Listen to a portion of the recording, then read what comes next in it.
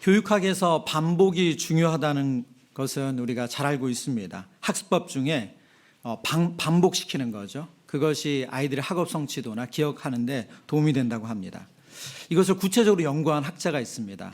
헤르만 에빙하우스라는 교수인데요. 이 심리학 교수가 이 반복에 대한 학습법을 연구를 하면서 이런 이론을 냈는데요. 망각곡선 이론입니다. 망각곡선 이론.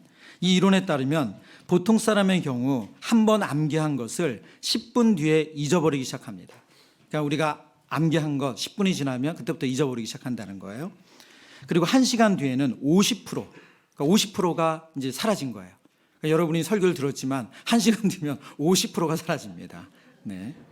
그리고 하루 뒤에는 70%가 사라집니다. 내일이 되면 이제 70%가 남는, 사라지는 거죠. 한 달 뒤에는 약 80%를 기억하지 못한다고 합니다. 그렇기 때문에 이 망각곡선을 가지고 여러 가지 이제 학습 방법을 만들어냈어요. 이게 잃어버리기 전에 그걸 반복하는 복습법들을 이제 만들어낸 학습 이론들이 또 나오는데요. 오늘 성경을 보면 예수님께서 누구보다도 제자들에게 이 반복 학습법을 잘 사용하고 계십니다. 제자들과 마지막 시간을 보내고 계신 예수님은 요한복음 14장에서 16장까지 예수님의 마지막 이 고별 설교에서 반복적으로 하시는 메시지가 있습니다. 바로 보혜사 성령을 제자들에게 보내주신다고 하는 거예요. 14장, 15장, 16장 모든 장에서 예수님은 반복적으로 내가 너희에게 보혜사 성령을 보내실 것이다 약속하세요. 14장 26절의 말씀입니다. 보혜사 곧 아버지께서 내 이름으로 보내실 성령, 그가 너에게 모든 것을 가르치고 내가 너에게 말한 모든 것을 생각나게 하리라 말씀하셨죠. 15장 26절입니다. 내가 아버지께로부터 너에게 보낼 보혜사 곧 아버지께로부터 나오시는 진리의 성령이 오실 때에 그가 나를 증언하실 것이요. 그리고 오늘 읽었던 우리 16장에서도 동일하게 예수님께서 내가 너에게 보혜사를 보내신다 라는 약속의 말씀을 동일하게 하시죠. 예수님 반복적으로 제자들에게 내가 너에게 보혜사 성령을 보내신다 라고 말씀하세요. 근데 예수님께서 성령을 보내신다고 말씀하시는 이 14장, 15장, 16장 말씀에 이 문맥을, 앞뒤 문맥을 보면 특징이 있습니다. 그 특징은 뭐냐면 예수님께서 성령을 보내주시겠다고 말씀하시는 때는 그들에게 고난에 대해서 말씀하시거나 혹은 그들 안에 두려움, 근심이 있다는 것을 예수님이 간파하셨을 때라는 거예요. 그들에 대해서 고난이 있을 거다 말씀하신 다음에 예수님께서 내가 너에게 보혜사 성령을 보내신다. 또는 그들 안에 두려움과 근심이 있음을 아시고 내가 너에게 보혜사 성령을 보내실 것이다 라고 말씀하신다는 겁니다. 우리가 읽은 요한복음 16장에서도 이 원리가 동일하거든요. 6절과 7절 말씀입니다. 6절, 7절 우리 같이 읽어보겠습니다. 도리어 내가 이 말을 함으로 너희 마음에 근심이 가득하였도다. 그러나 내가 너희에게 실상을 말하노니 내가 떠나가는 것이 너희에게 유익이라. 내가 떠나가지 아니하면 보혜사가 너희에게로 오지 않을 것이요 가면 내가 너희에게로 보내리니. 아멘. 지금 예수님께서 6절에 보니까 너희 마음에 근심이 가득하였도다. 너희 마음에 근심이 가득하였도다. 그들이 예수님의 말씀을 들으면서 또다시 근심으로 가득한 것을 예수님이 아셨습니다. 그리고 나서 예수님께서 내가 너희에게 보혜사를, 성령을 주신다, 보내실 것이라고 약속하십니다. 꼭 이 14장, 15장, 16장의 내용을 보면 우는 아이 달래는 것처럼 예수님은 제자들이 두려워하고 근심하면 괜찮아 내가 성령을 보내줄 거야. 괜찮아 내가 성령을 보내줄 거야. 꼭 이렇게 반복하시듯 제자들에게 그렇게 말씀하고 있습니다. 성령이 어떤 분이시기에 예수님은 두려움과 근심에 쌓인 제자들에게 반복적으로 성령을 보내주신다고 말씀하실까요? 오늘 예수님은 성령을 설명하면서 그 앞에 보혜사라고 설명을 했습니다. 보혜사란 용어는 파라클레토스라는 헬라어라는 것 익히 잘 아실 겁니다. 이 단어는 두 단어의 합성어거든요. 파라와 칼레인이 합쳐진 겁니다. 파라는 무엇 곁에라는 뜻을 가지고 있고요. 그리고 칼레인은 부르다라는 의미를 가지고 있습니다. 그래서 곁으로 부름받은 자가 파라클레토스예요. 고대 세계에서는 보혜사란 법정에서 도움을 주도록 호출받은 사람을 말합니다. 그러니까 어떤 사람이 법정에 섰을 때 그 사람을 도와주기 위해서 호출받은 사람이 파라클레토스, 바로 변호사처럼 쓰였다는 거죠. 요한 1서에서는 그래서 이 파라클레토스를 누군가 앞에서 그 사람을 위해서 대언하는 사람, 그래서 대언자라고 표현을 했습니다. 예수님이 파라클레토스로 설명되고 있죠. 오늘 본문에서는 보혜사신 성령께서 우리를 변호해 주신다고 말씀하세요. 성령은 하나님 앞에서도 우리를 변호해 주시고 그리고 세상 가운데서도 우리를 변호하시는 분이십니다. 늘 우리 편에 서서 우리를 위해서 변호하시는 그 성령님이시기 때문에 우리에게 근심을 덜게 되고 우리에게 격려가 되는 거죠. 근데 오늘 성경을 보면 보혜사 성령께서 제자들의 두려움과 근심을 해결해 주시는 또 다른 이유를 하나 우리는 알 수가 있습니다. 그것은 보혜사란 변호한다라는 뜻도 가지고 있지만 위로자이기도 하기 때문에 그렇습니다. 헬라어로 위로자는 파라클레시스예요. 파라클레시스. 벌써 눈치채셨겠지만 파라클레토스와 같은 어원에서 나온 단어입니다. 성령님은 우리를 위해서 변호하시는 분, 우리 편에 서서 우리를 변호하시는 분인과 동시에 우리를 위로하시는 위로자가 되신다는 거예요. 그래서 옛날에 이제 영어 성경 번역본들을 보면 이 보혜사를 어떤 단어로 번역을 했냐면 컴포트라고 번역을 했습니다. 영어 성경의 번역자들이 성령을 컴포트로 번역한 이유는 이 위로라는 뜻을 가진 이 단어가 두 라틴어에서 왔는데요. 컴은 함께라는 뜻을 가지고 있고 포티스는 강한이라는 뜻을 가지고 있습니다. 그래서 힘을 가지고 함께 한다는 것이에요. 강한 힘을 가지고 그 사람 옆에 서 있는다. 그게 바로 컴포트. 그것이 위로한다는 뜻이었어요. 지금 성령께서는 우리에게 두 가지 일을 다 행하고 계십니다. 상처를 받고 패배하고 애통하는 사람들에게 큰 위로를 해주시기도 하시고 그리고 싸울 힘과 도움을 주시기 위해서 우리에게 옆에 서서 내가 힘을 줄 거야. 그런 위로자로 우리 옆에 서 계시기도 합니다. 지금 요한복음 16장에서 예수님 말씀처럼 너희 마음에 근심이 가득 찼다라는 것을 아셨던 예수님은 지금 제자들에게 그들의 근심을 다시 덜어주시기 위해서 내가 너에게 컴포트, 너에게 위로자를 그리고 너희를 위해서 변호해 주실 성령을 보내주실 것이다. 지금 그 말씀을 하고 있는 것입니다. 오늘 요한복음 16장에 나오는 보혜사를 주신 예수님의 그 이유를 우리가 말씀을 통해서 확인하면서 우리 안에 제자들에게 있었던 근심이 사라진 것처럼 저희들 안에도 동일하게 그 근심이 사라지는 은혜가 있기를 축복합니다. 성령께서 하시는 일을 예수님은 세 가지로 말씀해 주시거든요. 위로자로 변호사로 우리에게 오신 성령께서 하시는 일, 첫 번째는 세상을 책망하는 역할을 한다고 말씀하세요. 8절부터 11절의 말씀입니다. 그가 와서 죄에 대하여 의에 대하여 심판에 대하여 세상을 책망하시리라. 죄에 대하여라 함은 그들이 나를 믿지 아니하며 의에 대하여라 함은 내가 아버지께로 가니 너희가 다시 나를 보지 못하며 심판에 대하여라 함은 이 세상 임금이 심판을 받았습니다. 지금 예수님은 성령께서 오셔서 우리에게 위로자가 되시고 또 우리 입장에 서서 편을 들어주시는데 그 성령께서 하시는 첫 번째 일이 뭐냐? 세상을 책망한다는 거예요. 책망하다는 단어는 엘렌케인이라는 헬라어거든요. 이 단어는 여러 가지 뜻을 가지고 있는데요. 경멸하다, 창피를 주다, 폭로하다, 적대에 의해 부끄럽게 하게 만들다, 비난하다, 반대하다. 근데 기본적으로 이 단어가 가지고 있는 의미는 어떤 사람에게 그 죄를 제시해서 회개하도록 요구하는 것입니다. 오늘 본문을 보면 성령은 구체적으로 세상을 책망하는데 세 가지를 말씀하죠. 첫 번째는 죄에 대하여 책망한다고 말해요. 죄에 대하여라 함은 그들이 나를 믿지 아니하며. 세상이 죄를 지었는데 그 죄의 핵심이 뭐냐? 예수님을 거절하는 거래요. 우리가 생각하는 건 윤리적이고 도덕적인 죄에 제한하는 것이 아니라 그들의 가장 궁극적인 죄는 바로 하나님이 보내신 유일한 구원자이신 예수님을 거절하는 것. 그것이 성령께서 그들을 책망하시는 것이라고 말씀합니다. 두 번째는 의에 대하여라 함은 내가 아버지께로 가니 너희가 다시 나를 보지 못함이라고 말합니다. 세상은 자기 의를 내세웁니다. 유대인들은 자신들의 율법을 지키는 것이 의였어요. 그것으로 구원받는다고 확신했습니다. 그래서 안식일에 예수님이 병을 고치는 것을 도저히 참아줄 수가 없었죠. 그런데 예수님은 새로운 의를 제시해 주십니다.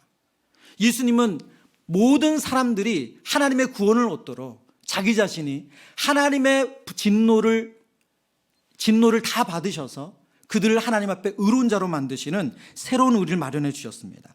베드로전서 3장 18절 말씀입니다. 우리 한 번 더 같이 읽어보겠습니다. 그리스도께서도 단번에 죄를 위하여 죽으사 의인으로서 불의한 자를 대신하셨으니 이는 우리를 하나님 앞으로 인도하려 하심이라. 육체로는 죽임을 당하시고 영으로는 살리심을 받으셨으니. 아멘. 그리스도께서 단번에 죄를 위하여 죽으사 의인으로서 불의한 자를 대신하셨습니다. 이것이 예수 그리스도를 통해서 우리에게 주신 의예요. 이 의가 아니고선 누구도 하나님 앞에 설 수가 없습니다. 그래서 성령께서는 세상이 주장하는 그 의를 심판하신다는 거예요. 세 번째는 성령께서 세상의 죄를 성령께서는 심판에 대하여서 심판한다고 말하고 있습니다. 11절 말씀 이렇게 되어 있죠. 심판에 대하여라 함은 이 세상 임금이 심판을 받았습니다. 요한복음 12장 32절에 보면 이 말씀과 연결해서 이런 말씀이 있습니다. 이제 이 세상에 대한 심판이 이르렀으니 이 세상 임금이 쫓겨나리라. 예수님께서 이 세상 임금을 쫓아내신대요. 이것이 하나님께서 예수님을 통해서 행하시는 심판입니다. 그럼 이 세상 임금은 누구인가? 우리가 생각하는 봉건 사회라면 그런 왕들을 말하는 건가? 오늘 요한복음 12장에서 말씀하시는 이 세상의 임금은 영적인 실체인 마귀를 말합니다. 예수 그리스도의 부활과 승천으로 심판을 받아서 마귀가 완전히 쫓겨나는 것, 사단의 권세가 완전히 쫓겨나는 것, 지금 그것을 말씀하고 있는 거예요. 여러분, 지금 제가 세 가지의 성령께서 오셔서 하시는 이 세상을 심판하시는 내용, 세상에 대해서 그들을 책망하시는 내용을 살폈습니다. 근데 이 내용은 모두 다 예수님의 구원 사역과 예수님의 구속 사역과 연결되어 있습니다. 별개의 것이 단 하나도 없어요. 그러니까 예수님이 행하시는 사역이나 오늘 성령께서 행하시는 사역이나 똑같다는 거예요. 전혀 다르지 않습니다. 사도행전 2장에 예수님께서 말씀하신 성령께서 세상을 심판하시는 장면이 등장하는데요. 사도행전 2장 36절에서 37절의 말씀입니다. 그런즉 이스라엘 온 집은 확실히 알지니 너희가 십자가에 못 박은 이 예수를 하나님이 주와 그리스도가 되게 하셨느니라 하니라. 37절 그들이 이 말을 듣고 마음에 찔려 베드로와 다른 사도들에게 물어 이르되 형제들아 우리가 어찌할꼬 하거늘. 이 말씀은 사도행전 2장에 오순절 성령 강림 사건이 일어난 이후에 제자 가운데 베드로가 그 오순절을 지키기 위해 모였던 예루살렘에 모인 수많은 사람들에게 복음을 전하면서 있었던 사건입니다. 근데 여러분 이 내용을 보세요. 너희가 십자가에 못 박은 이 예수를 하나님이 주와 그리스도가 되게 하셨다. 바로 복음을 선포했죠. 그러자마자 37절에 그들이 이 말을 듣고 마음에 찔려 우리가 어찌할꼬 라고 말씀하고 있습니다. 여러분 그들이 마음에 찔림을 받는 것, 이것이 바로 세상 가운데 성령께서 그들의 죄를 깨닫게 하시고 그들의 죄를 책망하시는 내용입니다. 예수님께서 그들을 죄로부터 구원하기 위해 오셨다면 성령은 그들이 그 죄를 깨닫고 예수님께로 돌이키도록, 하나님께로 돌이키도록 도우신다는 거예요. 보혜사로 오신 성령의 역할은 세상을 심판하려는 게 목적이 아닙니다. 그들을 회개해서 그들을 구원하는 것이 목적이에요. 여러분 우리가 잘 암송하는 요한복음 3장 16절의 말씀 그대로 아닙니까? 하나님이 세상을 사랑하사 독생자를 보내주신 이유는 우리가 멸망치 않고 다 영생을 얻게 하기 위함이라고 말씀하고 있잖아요. 성령께서 이 땅에 오셔서 하시는 역할이 예수님의 역할과 동일합니다. 요한복음 3장 17절의 말씀 우리 같이 한번 읽어보겠습니다. 하나님이 그 아들을 세상에 보내신 것은 세상을 심판하려 하심이 아니요 그로 말미암아 세상이 구원을 받게 하려 하심이라. 아멘. 아멘. 예수님께서 십자가에 죽으심으로, 예수님께서 무덤에 장사 지내심으로, 예수님께서 다시 3일 만에 부활하시고 승천하심으로 우리에게 구원을 이루셨다면, 성령은 동일하게 그 예수님을 믿음으로만 구원받을 수 있도록 그들이 죄를 깨달아 예수님을 믿을 수 있도록 도우신다는 거예요. 우리가 죄를 회개하고 구원을 얻도록 도우시는 것, 믿음을 가질 수 있도록 도우시는 분이 바로 성령 하나님이십니다. 저와 여러분이 예수님을 믿을 수 있는 것, 예수님을 주라고 고백하는 것은 저와 여러분 안에 성령께서 그 죄를 깨닫게 하시고 예수님을 믿을 수 있는 믿음을 허락해 주셨기 때문인 줄 믿습니다. 지금도 그 일을 하고 계세요. 여러분, 우리가 그래서 예수님을 처음 믿을 때뿐만이 아니라 우리의 매일의 삶 속에 성령께서 우리에게 믿음 주시기를 기도하셔야 됩니다. 우리가 예수 그리스도를 구주와 주님으로 우리의 인생의 궁극적인 영광의 그 천국으로 인도하실 그 주님에 대한 온전한 신뢰를 가질 수 있도록 성령께서 믿음 주시기를 기도하셔야 돼요. 종교개혁자 존 칼빈이 기독교 강요에서 이렇게 성령에 대해서 정리를 합니다. 구원은 오직 성령의 적용 사역에 의하여 결정된다. 성령이 사용하는 믿음이라는 도구를 통해서 인간의 심령에 심어지고 그 믿음은 하나님의 말씀에 의하여 성도의 심령에 발생하고 성장한다. 여러분, 말이 좀 어렵지만 핵심은 이겁니다. 성령의 도우심 없이는 우리가 믿음을 가질 수 없다는 거예요. 성령의 도우심 없이는 우리가 믿음을 지킬 수 없다는 겁니다. 지금도 성령께서 저와 여러분에게 믿음을 주시고 믿음을 지킬 수 있도록 도우시는 줄 믿습니다. 두 번째, 성령께서 하시는 일은 그 진리로 인도하신다고 말씀하세요. 13절의 말씀, 그러나 진리의 성령이 오시면 그가 너희를 모든 진리 가운데로 인도하시리니 그가 스스로 말하지 않고 오직 들은 것을 말하며 장래 일을 너희에게 알리시리라. 우리에게 보혜사 성령의 역할로 가장 잘 알려진 내용입니다. 성령께서 하시는 역할이 뭐냐? 바로 진리를 깨닫게 하신다는 거예요. 그 진리를 알게 하신다는 겁니다. 성경의 원저자는 하나님이시죠. 성경의 원저자는 하나님이십니다. 성령 하나님이 성경의 원저자예요. 그래서 성령이 감동하심으로 쓰여졌다고 우리가 믿고 고백합니다. 그래서 성경은 우리가 문법적으로 문학적인 지식으로 이해할 수 있는 것이 아니라 성령의 깨닫게 하심, 성령의 조명으로만 알 수가 있어요. 예수님과 제자들의 성경에 기록된 대화를 보면 제자들은 예수님의 이야기를 듣고도 깨닫지를 못합니다. 그런데 성경의 곳곳에서 그들이 훗날에 예수님이 하신 이야기가 그 뜻이었구나, 예수님 그래서 이렇게 말씀하셨구나, 그것을 성경의 곳곳에 말씀하고 있습니다. 보혜사 성령은 너희를 모든 진리 가운데로 인도한다고 오늘 말씀하고 있습니다. 근데 이 오늘 헬라어 원문을 직역하면, 그 순서대로 직역하면 우리 본문에는 모든 진리라고 되어 있지만 그 모든과 진리라는 단어 앞에 정관사가 있습니다. 그래서 모든 그 진리예요. 모든 그 진리. 오늘 성경이 말씀하시는 모든 진리란 바로 그 진리입니다. 그럼 그 진리는 무엇일까요? 그 진리란 후반부에 이렇게 설명하고 있죠. 보세요. 우리 13절 한 번 더 보여주시겠어요? 그가 너희를 모든 진리 가운데로 인도하시리니, 그 다음입니다. 그가 스스로 말하지 않고 오직 들은 것을 말하며 장래 일을 너에게 알리시리라. 그가 스스로 말하지 않는데요, 오직 들은 것을 말한대요. 오직 들은 것은 무엇입니까? 바로 예수님이 하신 말씀이에요. 그 진리란 예수님이 전하신 말씀과 예수님의 행위와 예수님의 인격을 가르치는 내용입니다. 이것은 동일하게 예수님 또한 사역을 하시면서 동일한 말씀을 자신에게 적용을 하셨어요.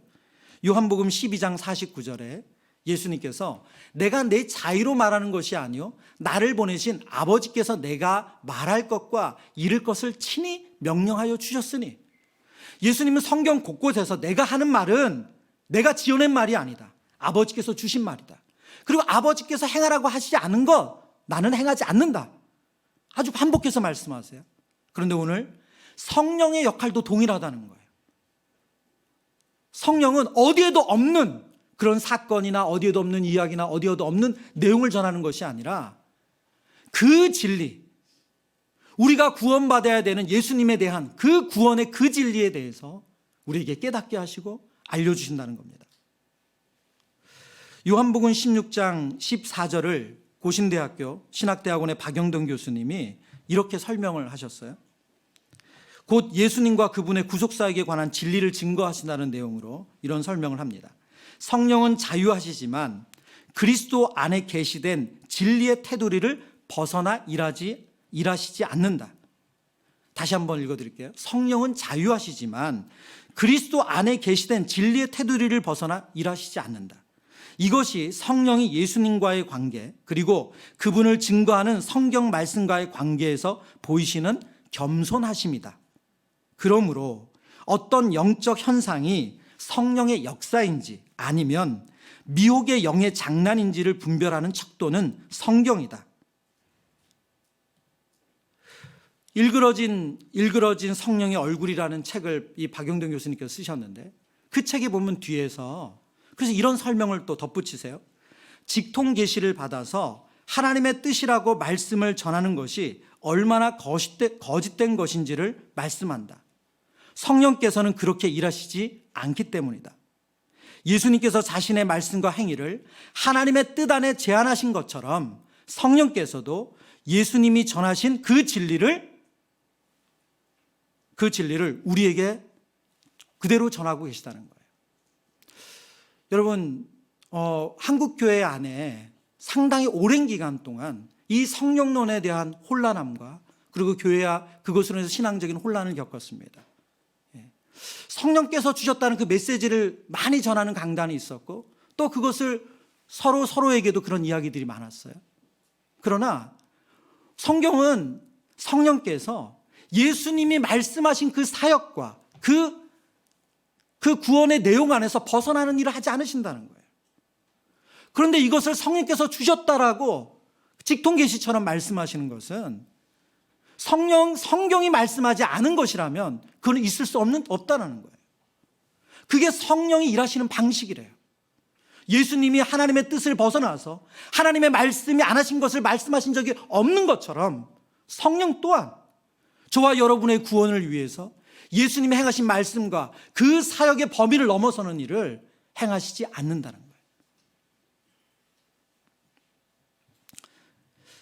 성경은 우리를 영적 소경이라고 말씀합니다.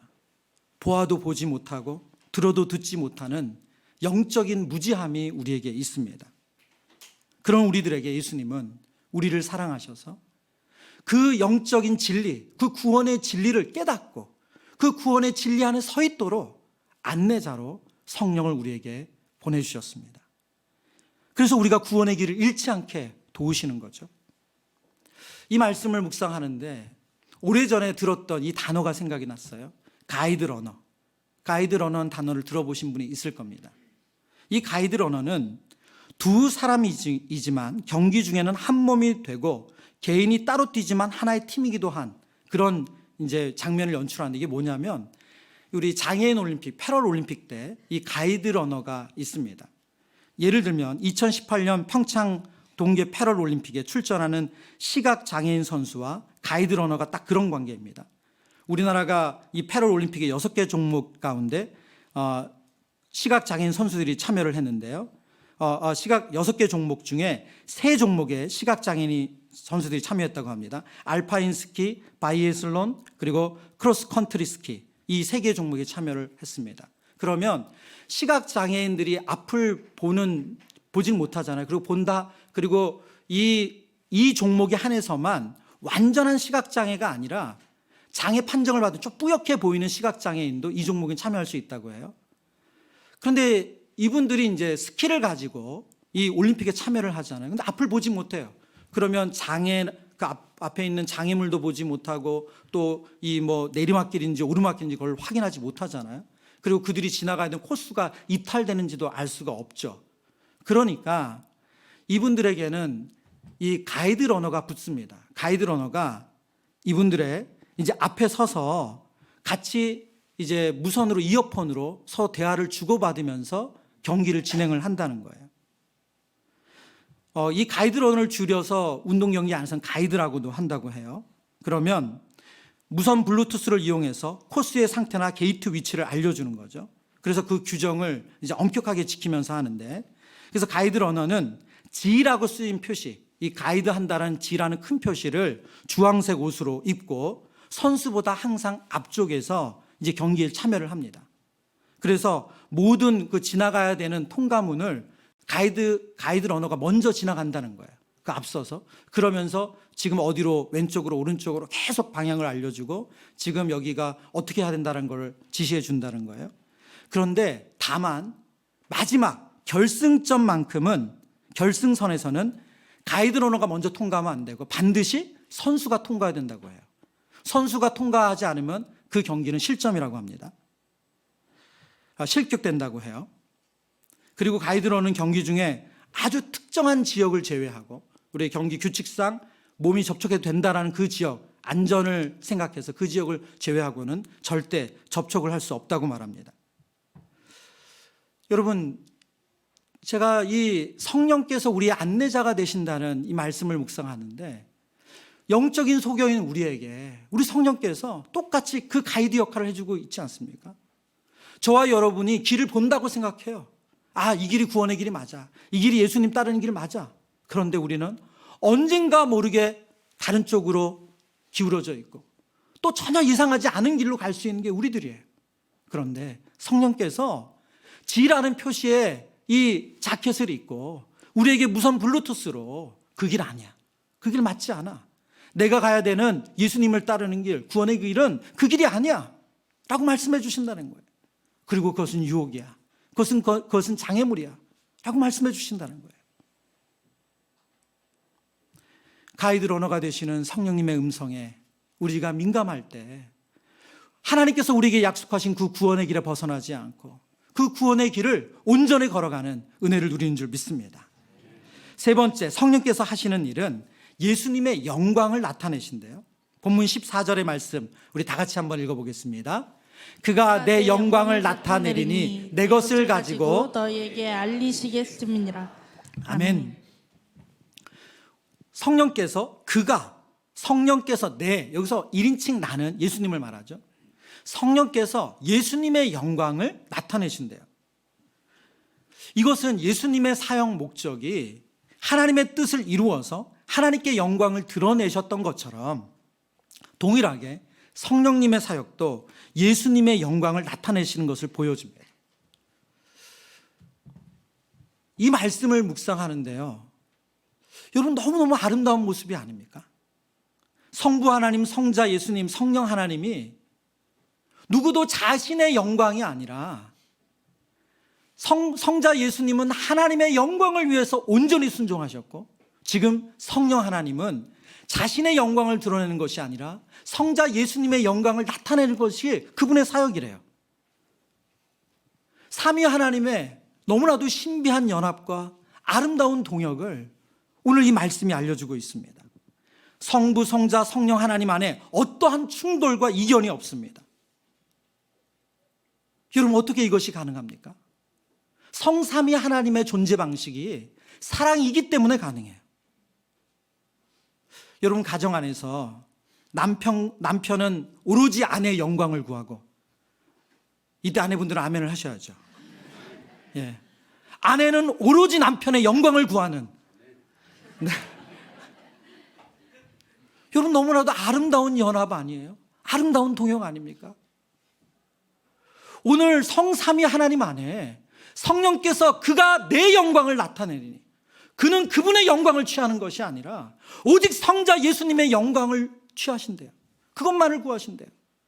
성자 예수님께서 오로지 성부 하나님의 영광을 구하셨던 것처럼.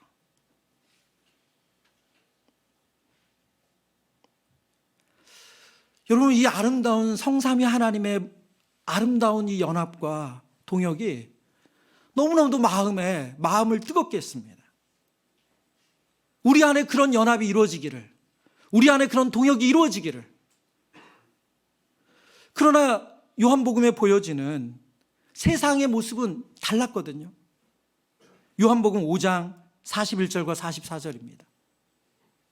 나는 사람에게서 영광을 취하지 아니하노라. 다만 하나님을 사랑하는 것이 너희 속에 없음을 알았노라. 나는 내 아버지의 이름으로 왔음에 너희가 영접하지 아니하나 만일 다른 사람이 자기 이름으로 오면 영접하리라. 너희가 서로 영광을 취하고 유일하신 하나님께로부터 오는 영광은 구하지 아니하니 어찌 나를 믿을 수 있느냐. 예수님은 지금 이 장면은 예수님께서 안식일에 38년 된 병자를 고쳐준 것에 대해서 유대인들이 예수님을 신란하면서 유대인들이 예수님에 대해서 비판할 때 예수님 하신 말씀이에요. 너희가 진정 하나님을 사랑하니, 너희가 진정 하나님의 영광을 구하는 게 맞냐?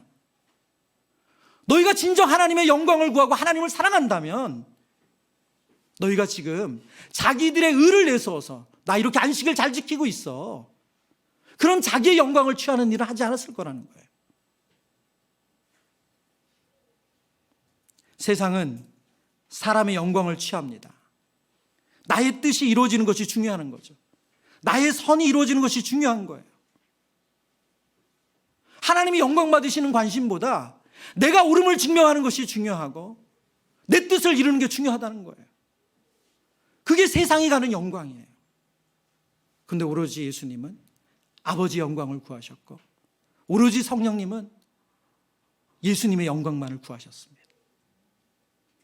여러분, 이 성삼위 하나님의 존재 방식, 이 아름답고 신비한 연합, 아름다운 동역이 저와 여러분 안에 있기를 축원합니다.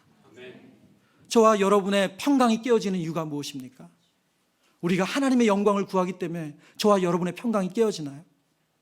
자기의 영광 아닙니까? 말씀을 정리합니다. 예수님은 제자들의 두려움을 아셨어요. 제자들의 근심을 아셨어요.